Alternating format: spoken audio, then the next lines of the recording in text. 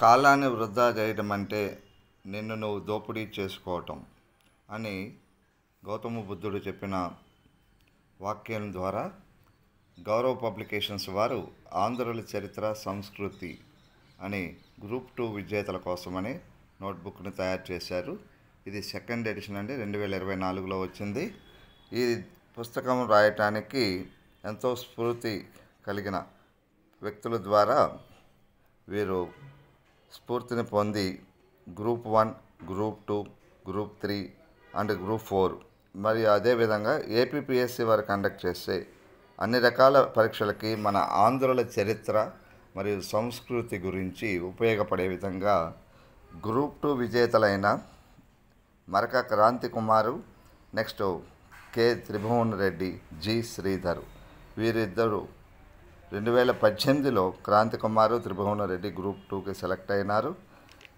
వీరి ద్వారా రచించబడిన ఈ పుస్తకము గౌరవ్ పబ్లికేషన్స్ ద్వారా మనకి మార్కెట్లోకి రాబడింది. ఇందులో మనం చూసినట్లయితే 5 యూనిట్లు ఉన్నాయి. ఈ 5 యూనిట్లలో ఒక్కొక్క యూనిట్కి ఒక్కొక్క విధంగా, అంటే పిల్లలకి ఉపయోగపడే విధంగా చాలా సింపుల్గా ఒకసారి చదివి అర్థం చేసుకునే విధంగా వాళ్ళకి ఎంతవరకు అవసరమో అంతే ఉండే విధంగా రాయబడిన, సంకలనం చేయబడిన పుస్తకం ఇది.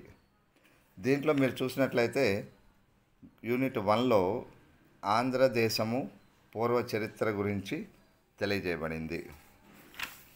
అదేవిధంగా యూనిట్ 2లో మనం చూసినట్లయితే కాకతీయుల కాలం నుంచి మన ఆంధ్రదేశాన్ని పరిపాలించిన రాజుల గురించి తెలియజేయబడింది.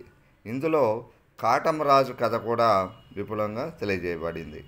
తెలుగు ప్రాంతాల్లో ఉండే నామాల గురించి, కాకతీయ అనంతర యుగం నుంచి యుగం గురించి కూడా విపులంగా తెలియజేశారు.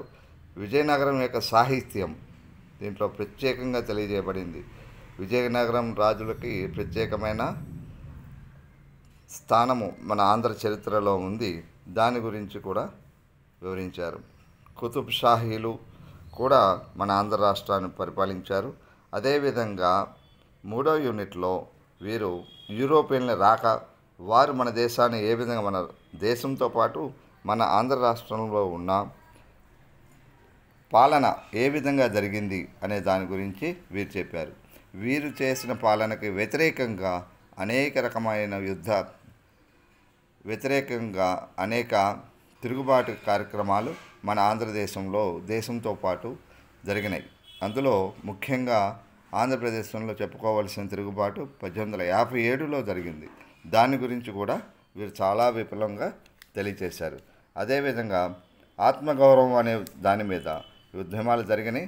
అందులో బ్రాహ్మణేతర యుద్ధం అనేది చాలా ప్రఖ్యాతమైనది. ఆది ఆంధ్రుల గురించి, దళిత ఉద్యమాల గురించి కూడా ఇందులో వివరంగా తెలియచేశారు.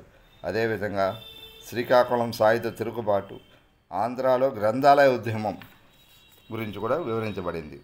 అట్లాగే యూనిట్ 4లో ప్రత్యేక ఆంధ్ర రాష్ట్ర ఉద్యమం గురించి వివరించారు.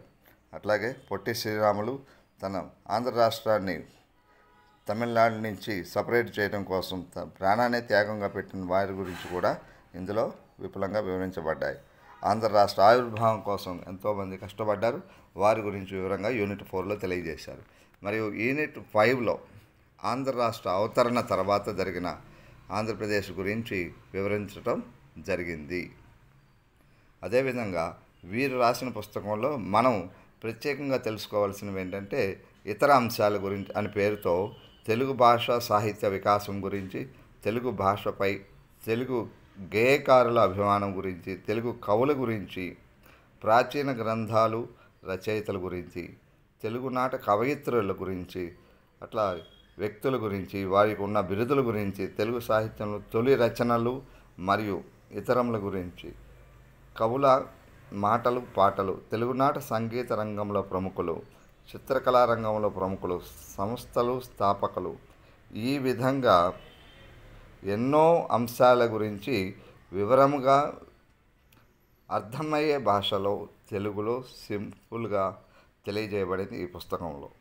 ఈ పుస్తకాన్ని నాకు తెలిసి గ్రూప్ 2 వాళ్ళు మాత్రమే కాకుండా ప్రతి ఒక్క పిల్లవాడితో మనం 10th క్లాస్ చదివిన పిల్లలు కానీ 9th క్లాస్ వాళ్ళు చదివిన పిల్లలు కానీ వాళ్ళతో కూడా ఈ పుస్తకాన్ని మనం చదివించినట్లయితే మన ఆంధ్రుల యొక్క ఔన్నత్యము ప్రతి ఒక్కరు తెలుసుకుంటారని నేను ఎంతో ఆశిస్తున్నాను.